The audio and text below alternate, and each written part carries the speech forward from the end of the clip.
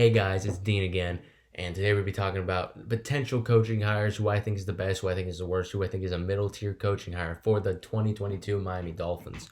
Now, I just want to forewarn you guys, this is just my opinion, and I have defensive coordinators or defensive minded head coaches pretty low down on this list simply because I don't think that's what this team needs at the moment. So keep that in mind.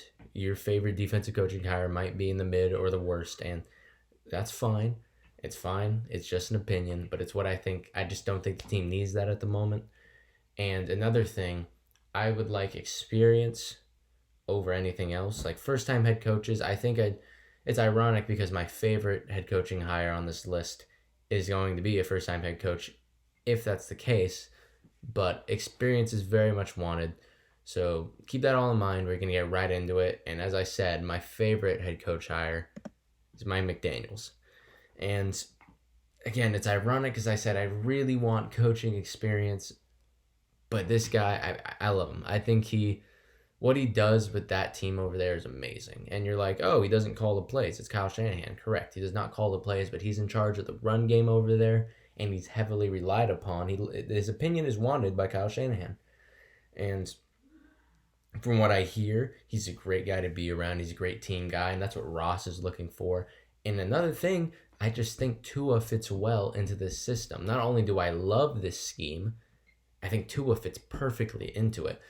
So that's why I think he is the best possible coach on the market for us. Next, we'll get into another guy who will be helpful for Tua. If there's a trend here, you can see it. It's Brian Dabble, who was his offensive coordinator in 2017, I want to say, at Bama. And it's not only just helping Tua, he helped spring Josh Allen into what he is today. He went from Josh Allen's first 2 years, terrible. Like, we all know that. He was atrocious. And then he had this breakout season in 2020. Was it 2020? Yeah, that 2020 season broke out, took the league by storm, and it's great for that. The way he developed that quarterback, and I get it, Tua doesn't have the physical tools that Josh Allen has. He just doesn't. He doesn't have the arm. He doesn't have the body. He doesn't have any of that. However, it's clear Dabble has some confidence in Tua and really would want to support him, and that's why he's so up high on this list. And again, Tua might not be the quarterback. Maybe I'm wrong, but if those two guys come, I think he stays the quarterback for the Miami Dolphins. Next, we're going to get the first one with actual coaching experience, which kind of takes away from my first statement. However, it's Doug Peterson, ex-head coach for the Philadelphia Eagles, and a guy who shouldn't have been fired. Not saying Nick Sirianni now is doing bad. He just went to the playoffs in a rebuilding year. Absolutely crazy. I loved the hire when they did that, but at the time, I thought Doug Peterson getting fired wasn't a smart move because, I mean, he essentially got fired for not supporting Carson Wentz after 3 years of supporting him because he knew he wasn't the guy. And as we can see, he wasn't. Like, in a game wins, he had to win this game to get to the playoffs. He had a 4.4 passer rating against the Jaguars. That's crazy, man. That is absolutely crazy. Doug Peterson, he's not only that, he's a good leader, and he builds a really nice coaching staff. You had Frank Reich on that staff. You had a lot of other guys who went on to do really good things, and I'm a big fan. I really am. I think a lot of other people are. I could see him taking jobs at other places. However, I just think he'd be a really nice hire for us. And we'll get into another guy who also has coaching experience in this best coaching hires kind of tier. And that's Jim Caldwell, who's been out of the league for a couple years. But I still think he'd be a very good head coach. I think he got unjustly fired. What season was that? 2018, 2019 season? And, I mean, the things he did for that desperate franchise, you got to keep in mind, he went 36-28 with the Lions and had 2 playoff appearances. And then they went into Matt Patricia era, and that was the worst thing you've ever seen. I think Jim Caldwell should not have been fired. Not saying I don't love Dan Campbell now, because I do. I think that's their guy for the next however many years. But Jim Caldwell should have been fired. I thought he did great things with Matthew Stafford, though, it was hard. It was hard. But it's hard to get free agents and players to want to come to Detroit and succeed there, especially in that division filled with Green Bay, the Vikings at the time, the Bears. That's a tough division, and he still went. He went positive, 36-28, and 2 playoff appearances. That's what you like to see from your head coach, and I think he'd be a great addition to the Miami Dolphins. The next 2 tiers, mid coaching hires and worst coaching hires, they're not going to be individual like this. I'm going to show them all at once, and I'm going to kind of run down them one by one real quickly. But let's get it started with the mid, and we're going to start with Joe Brady, the scapegoat per se for the Carolina Panthers, and I have no idea why. As it's said by many people, including me, Matt Rule should have been fired yesterday or 2 days ago or maybe last week, something like that. He should not be the NFL head coach. Joe Brady was used as an absolute scapegoat when he was given. The team he's working with had the worst offensive line in the league. I know I say ours is the worst a lot, but if you're talking actual statistics altogether, man, I don't know if there's a starting caliber player on that offensive line. Next, you had Sam Darnold, I've said this forever, I don't understand what people saw in him when he was with the Jets. I saw absolutely nothing worthwhile with Sam Darnold, and they gave it to him, and they gave him $18 million. Crazy. Yeah, that is his quarterback. He then had Cam Newton play quarterback for him, who cannot throw a ball very well anymore. It all got blamed on him for absolutely no reason. I'd love to see Joe Brady. I would love to see Joe Brady come over here. The things he did with Joe Burrow over at LSU, I think he's a great mind. I think he's going to get another chance to actually coach this year. I wouldn't be surprised if he's not really on anybody's radars per se right now, but it's something I could really see. I took a little while with Joe Brady there just because he's at the top of this list for a reason. I do think he's borderline best coaching hires. So let's just get on to Dan Quinn.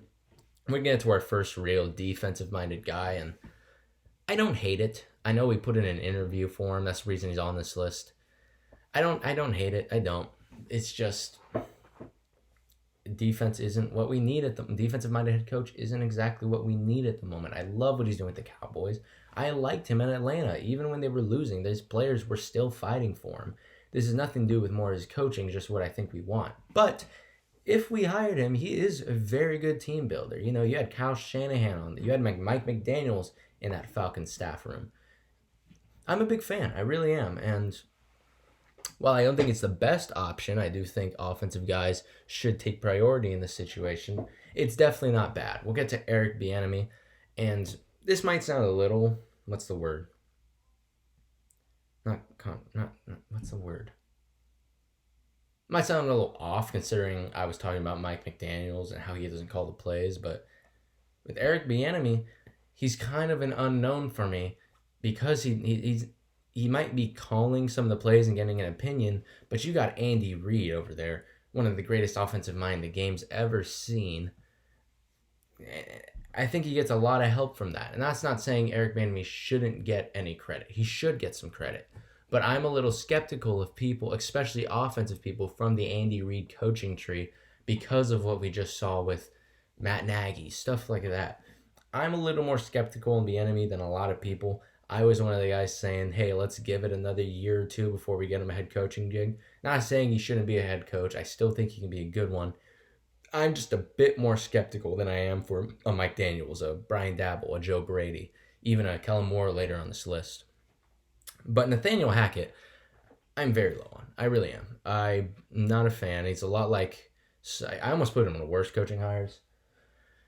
I like another offensive coordinator in this list, and it's because, you might have been helping out Matt LaFleur and Aaron Rodgers the past 3 years, but let's not forget, you got Aaron Rodgers, maybe the greatest thrower of the football ever, playing quarterback for you, and you got Matt LaFleur helping with the play calling. You've got a great team you're working with.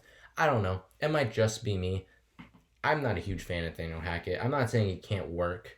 I am saying that I think a lot of it has to do with Aaron Rodgers. I really do. And Matt LaFleur, because I think Matt LaFleur is a top 5 head coach in this league. Next, we'll get to Kellen Moore. And I would be higher on Kellen Moore if not for the fact that he is 33 years old and hasn't been coaching all that long. It's one of those things where if we got him, we've got a guy forever. Young, bright mind doing it for us. And if he works, that'd be great. But he's probably the most unknown on this list. He hasn't been coaching for very long. It's clear he's a bright mind, but he might just be a bright mind in the offensive coordinator room. I don't know if he can necessarily be a head coach and lead a locker room. And I wouldn't be angry at it. I think it'd be more of a risk. It might be the riskiest move on this list. But you know what? I wouldn't be mad at it. I wouldn't. The only hire I'd be mad at on the mid coaching hire list is probably Hackett. I could say Matt Eberflus just because if we're gonna get a defensive guy, I'd rather it be Dan Quinn, but we'll get an Eberflus right now. However you say his last name. I'm sorry if I'm mixing that up, but Matt Eberflus is good. He falls into the same kind of thing Quinn is, that I just don't necessarily think we need a defensive coordinator being a head coach. Oh, one thing I forgot to mention for Dan Quinn, he took a team to a Super Bowl. They may have lost, the infamous loss, but he's a guy. I don't feel things about defense coordinators. I'm not saying they're bad coaches. I just don't believe that's what the Dolphins need at the moment. And Matt Eberflus, if we're gonna get a defensive guy, I want it to be Dan Quinn. I think Eberflus has done an excellent job over there in Indianapolis with that defense. It's been top 10 for 3 years in a row now, which is great. I hear he's a good leader. But again, I'd rather it goes offensive guys and then Dan Quinn. And if we're going to get a defensive guy, I want it to be Dan Quinn. I do. Next, we'll get to the worst coaching hires, in my opinion. And there's only 3, but I will be talking about them. Sorry, a bit of a technical mistake there, but let's get back to the worst coaching hires. Start with Byron Leftwich, who, I'm sorry, you're playing with Tom Brady, the GOAT, on a stacked, loaded offense. You had Chris Godwin, Mike Evans, Antonio Brown, a top 5 offensive line, Leonard Fournette. That team is crazy. I get it. I'm not a fan. I really am not. I get he calls the plays, but when you've got players like that, it's easy. It is. I'm not a fan. It kind of reminds me of the Adam Gase situation. They're like, one of the greatest offensive minds in football, and you got Peyton Manning throwing the ball for you. That's crazy to me. I can't imagine it. I don't want another Adam Gase. I know we all don't want another Adam Gase. Let's move past that. We got Vance Joseph. And I think it was Dougie Durong. He was like, I wouldn't mind Vance Joseph. I would mind Vance Joseph. Dougie's a smart guy. But I would mind Vance Joseph. I am not a fan at all. I get he's led a good defense over there in Arizona. But he already failed as a head coach. I hated what he did in Denver. I was not a fan whatsoever. And I don't get why people like him. I think he'd be a great defense coordinator. I'd love to hire him as a defensive coordinator. That'd be sick. I don't want to be a head coach. As I've stated, if we're going to get a defensive guy, make it Dan Quinn. Please, for the love of God, do not make it Vance Joseph. Next, we'll get to Greg Roman. And Greg Roman's kind of an outlier on this list because I'm not saying he can't be a good head coach. I just think his style of offense, we'd have to essentially rebuild to get the players we need for that. Now, and we're not in a rebuild. This is essentially hey, let's go get a guy that can get us over the hump. Not a rebuild. And with the players we have at the moment, the offensive line, the backs, it's not something I think he can make work in this first year. And I don't want to go into a rebuilding phase again. I still think we're in a phase where we could potentially be playoff contenders if we get the right guy. And I don't think Greg Roman's that guy. I think he has a very specific style of offense. And not only that, I thought his play calling was pretty bad this year. I thought it was good last year. I thought it was great the year before. Not a fan this year. I was not impressed by that. I get people were hurt. I get a lot of people were hurt. Don't get me wrong. But I don't think I'm willing to risk a lot to get Greg Roman on this coaching staff over guys like Mike McDaniels, Brian Dabble, Joe Brady, Kellen Moore. I'm not doing that. I'd take him over Byron Leftwich. I honestly would. I really feel that strongly about Byron Leftwich. But at the end of the day, I'd take Nathaniel Hackett over Greg Roman. But, that's about that. As you can see, I very much value the offensive guys over the defensive guys, at least at the moment. I don't think that's what we necessarily need as a franchise right now. And you can disagree. That's perfectly fine. I'd love to hear what you guys have to say. And that'll be all for me today. I'm going to be working on a video talking about this last season in review and what we can look forward to the offseason. I'm going to be doing a lot of draft stuff, talking about wide receiver rankings, quarterback rankings, where I think things are going to be. I'm probably going to do a couple mock drafts as well. For those who don't know, I have an Instagram. It's my name, Dino Talks Sports. Same thing on Twitter, except it's my actual name, Dean Trombino. Look me up. And I'd love to talk to you guys some more. So, hope you guys have a good day. I will talk to you guys later. Fins up, baby.